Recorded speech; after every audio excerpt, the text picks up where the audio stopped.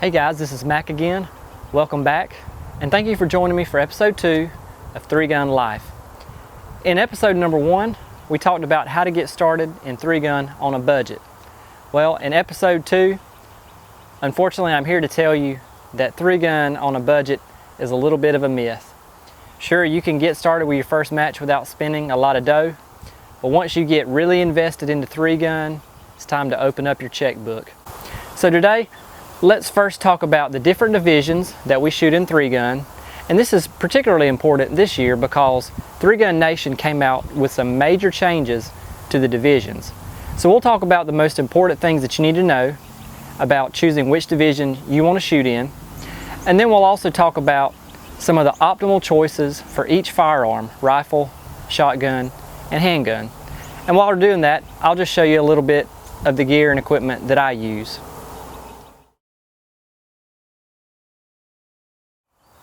Now, before this year, 3-gun has basically been dominated by 3 major divisions, and actually the most common division probably makes up 70 to 80% of shooters.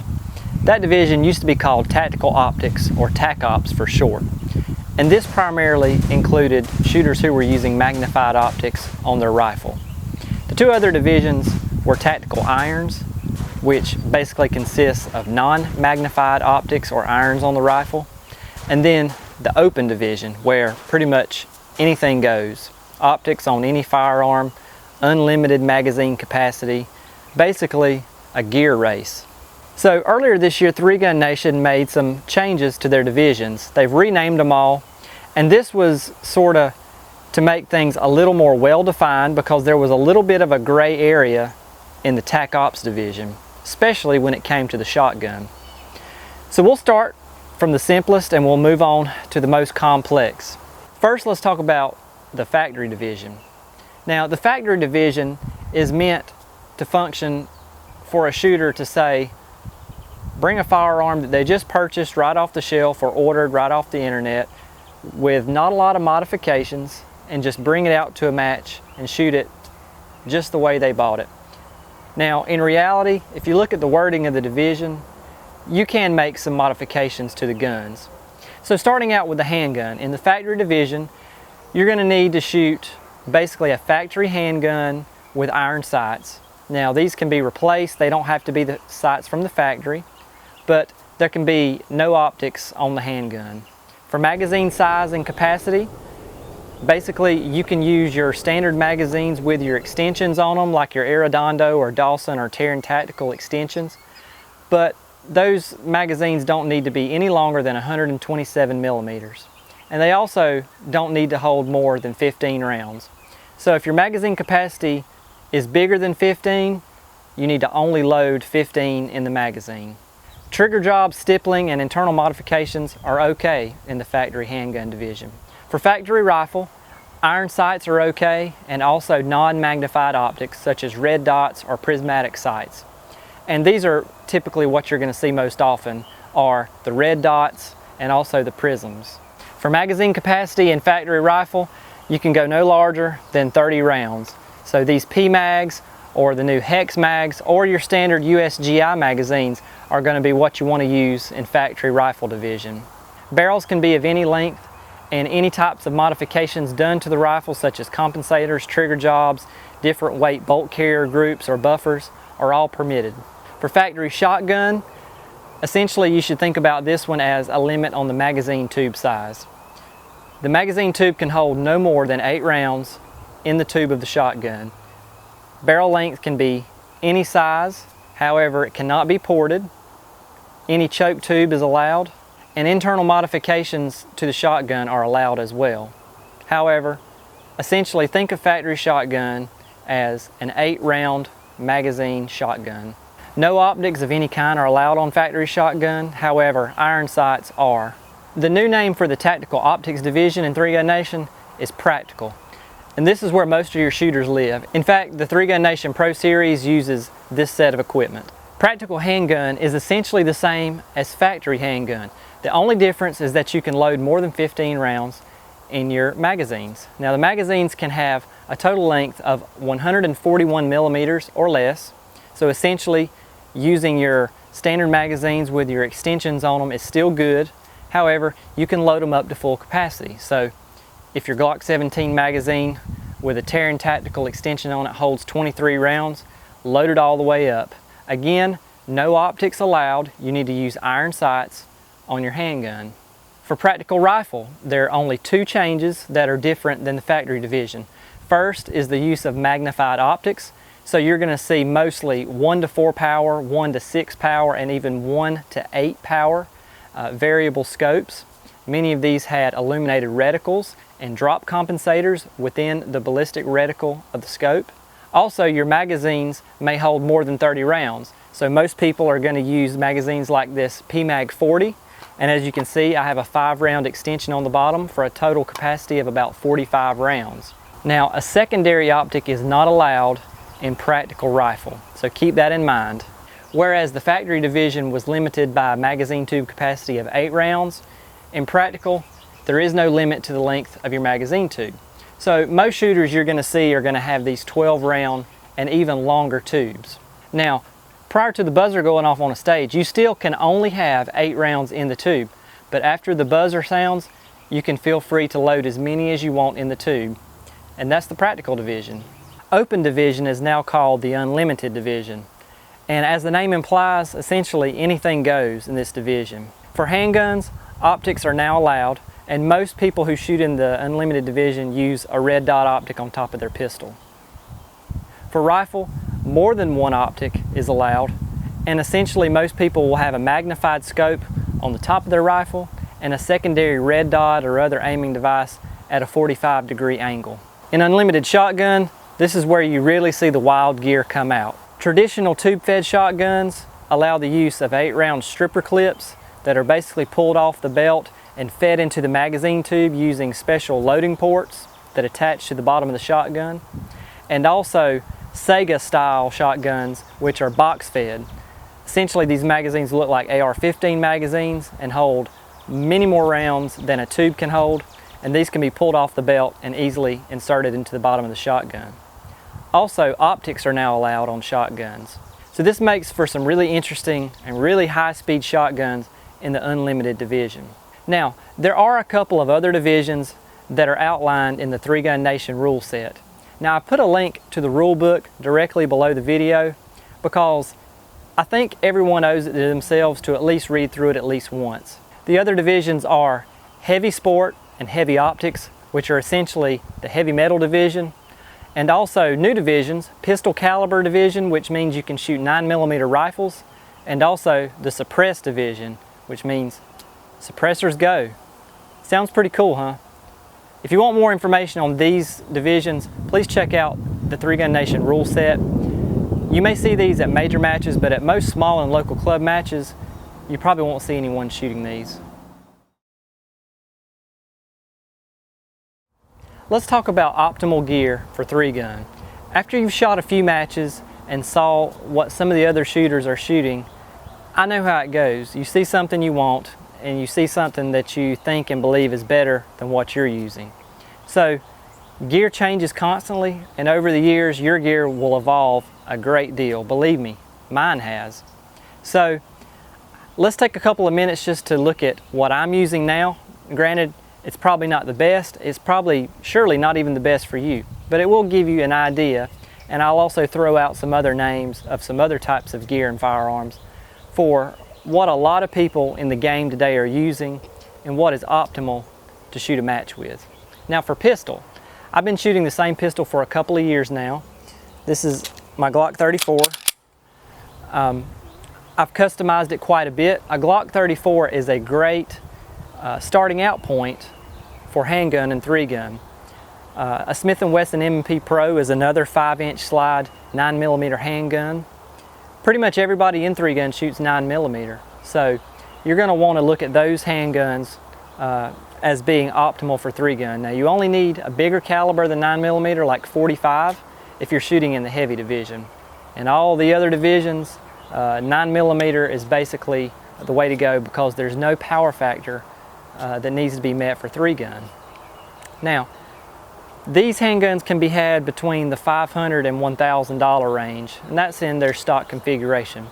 If you consider adding sights to the top, maybe a trigger job, maybe some custom work, some magazine extensions for your magazines, the cost tends to get driven up just a little bit. Now really custom handguns, things such as STIs and Infinities, those can run up into the thousands of dollars, and most of your pro shooters are going to be shooting those. They're similar to 1911s, or if they're a double stack, they're actually called a 2011, but they function almost essentially just like a 1911 pistol. Those are the expensive ones, but they also probably perform the best. Me personally, I've never had any trouble with this Glock 34. I really like it, and I'm getting to where I shoot it pretty well. So, you know, you can start with a Glock 19 or a Glock 17 or a Smith & Wesson M&P that you carry or you use to go out to the range. But when you really get out into the high-speed gear in handguns for 3-gun, you want a little bit longer barrel, a little bit better trigger, and maybe some stippling, maybe a mag well, some things that are going to make manipulation of the weapon just a little bit easier, make the trigger pull just a little bit better, and sights for sure. You want something that's really fast and really easy to see. Now for rifles, gear is constantly changing because there's so many parts on an AR-15 rifle that you can customize. It starts at the barrel, it starts at the compensator, down to the scope, the stock, the trigger. Essentially every piece of an AR-15 rifle can be tweaked in such a way as to get better performance out of the rifle. In my opinion, your barrel and your optic and probably your trigger are the most important parts that you need to focus your effort and money on. The barrel on my rifle here has changed quite a bit recently. For a long time, 18-inch barrels with rifle length gas systems have always been the way to go in 3-gun. And we're talking about shooting a little bit extended range, maybe 400 or 500 yard targets at some matches. That probably is the way to go. You're going to get a little bit better velocity from the muzzle using some heavier weighted bullets. Now, there's also been some movement within the game in the past couple of years moving to shorter barrels. And as you can see here, I'm shooting a 16-inch barrel on my rifle this year. And there are guys that even shooting 14.5-inch rifles, and even some guys in matches have shot in SBRs with 10 and 11-inch barrels. You primarily want to save those rifles for the really short matches, maybe club matches, where, for instance, most of the matches I shoot locally in the state of Georgia are 100 yards and in. So you really don't need that extra barrel length. It just makes a heavier and a harder to manipulate rifle. It's one reason I really like the 16-inch barrel that I'm using here. This is a stretch 16 barrel and has an intermediate length gas system that makes it shoot super soft. You're going to want to pair that with a very good compensator on the end of the muzzle. And a muzzle brake or compensator is going to allow this rifle to shoot really flat. It disperses the gases in such a way that there's literally no muzzle flip when you shoot really quick follow-up shots. Also, I believe free float rails are really important for 3-gun. You want to be able to wring out the maximum amount of accuracy out of your AR-15 rifle. And you can only do that if the barrel free floats. Any external force that touches the barrel, such as a non-free floating handguard or rail, is going to shift your accuracy when it's pushing against the barrel. So one of the first things that goes on every one of my rifles is a free float rail of some kind. A really good trigger is also important. You might be a very good shooter with a mil-spec trigger, but mil-spec triggers are a dime a dozen. They're also really different. There are no two that are alike. So most shooters, the very first modification they do to their rifles is to get a really good trigger. They usually go on the lighter end of the scale. So my trigger, for example, is a JP trigger and it's 3.5 pounds. It's really smooth. It's a single stage, which I like. But there are also 2-stage triggers, and both single and 2-stage triggers are available from a wide variety of companies. In fact, there are so many on the market right now that I can't even list them all in this video. But having a really good, repeatable, and consistent trigger pull is going to help you have better trigger control and squeeze off that shot with a little bit better accuracy. Now for optics, most people, and especially those that are shooting in the practical division, are going with low power variable optic scopes. And these are typically in the 1 to 4x power range, but now 1 to 6 and 1 to 8 power range. As you can see on this rifle, I have a Trijicon TR24, which is my favorite scope. Number one, I love the reticle, and number two, for anything inside 300 yards, it's one of the simplest and easiest scopes I've found to use. There's nothing cluttered and nothing confusing about this reticle, and that's why I really like it. But there are a lot of other really good budget and also high-end scopes available. And you're going to spend anywhere from probably $500 up into the $2,000 and $3,000 range for really good glass for your scope. But that's one of the areas that I think is really important for you to invest your money in your 3-gun rifle. Now, many companies are actually coming out with 3-gun ready rifles now. And some of the ones that just come to mind off the top of my head are Stag, Colt, and Armalite. You can basically pick these up right out of the box and be able to go and shoot a match. They already have a lot of the modifications that I've outlined here. You just need to add a scope to the top of the rifle and go shoot. And these are always an option, but they usually run you in the $1,500 to maybe $2,000 range. So you may spend a little bit more, but you're saving a little bit of effort in the process by not having to build the rifle. Now for shotguns, I think there are basically 2 tiers of shotguns. Your lower tier, which involves your entry-level shotguns, usually in the $500 to $600 range, which may have most of the features, but maybe aren't quite as nice. And then your upper tier of shotguns. Here you're going to spend more than $1,000, usually between $1,000 and $1,500. But everything's a little more refined, everything's a little more reliable, and you really do get what you pay for. So here I have my favorite gun that I own probably, and this is a Benelli M2. In my opinion, and I'm quite biased on this, the absolute best shotgun for 3-gun. It comes from the factory, almost set up perfectly. You only need to make a couple of minor modifications. You need to add a magazine tube, to which you pick whichever desired length for the division you want to shoot. You need to do a little bit of work to the loading port. First and foremost, opening it up a little bit, and then also having the lifter welded. But that's basically it. The shotgun's going to run time after time after time with this inertia system, and you only have to clean it a couple times a year, which I think is a big plus. Now, there are a couple of other shotguns that are really similar to Benelli M2 that work in a very similar fashion. The Remington VersaMax is actually a really, really good shotgun. Essentially functions using the same inertia system as the Benelli, and equally as good and equally as reliable. A couple of other really good shotguns in this price range are the Beretta 1301 and also the new Browning A5. I'm a big Browning fan, really want to get my hands on an A5 to check it out because it also uses the inertia system. Now, when you talk about entry-level shotguns, and these are the $500 and $600 ones I was mentioning earlier, you really have 2 to look at. First is the Mossberg 930 JM Pro. You're going to get this for a little less than $600. It comes ready for 3-gun with an extension tube and all the bells and whistles. Uses a piston system, so maintenance is a little bit more important, and I have seen these malfunction when the piston system was not clean. So that's something else that you got to think about. And also the Stoeger M3000. Now this one is really gaining a lot of heat in the 3-gun game. It works just like a Benelli with the inertia system for about half the cost. So Stoeger actually, because so many people were modifying these for 3-gun, came out with a new model this year called the Stoeger M3K. And this one is set up right from the factory for 3-gun for basically the same cost, about $600. So that one's one that you probably should look at if you don't want to really invest the kind of money that it takes to get a Benelli or a VersaMax. Hopefully that was an informative look at both the divisions for 3-gun and the equipment that fits into each division. And hopefully seeing some of this in my gear setup was helpful and gave you some ideas for things that you can look at to improve your game. In episode 3, we're going to talk about our belt setup, because it doesn't stop at the guns. You're going to invest quite a bit of time and money and effort on your belt system as well. And in my opinion, the belt is the most important piece of gear that you'll take to a match. So once again, this is Mac. Thanks for joining me for episode 2 of 3-Gun Life.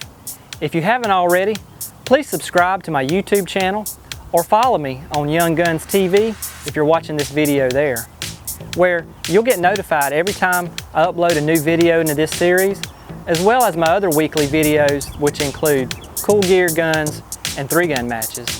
Thanks for joining me. Be safe out there, and we'll see you next time.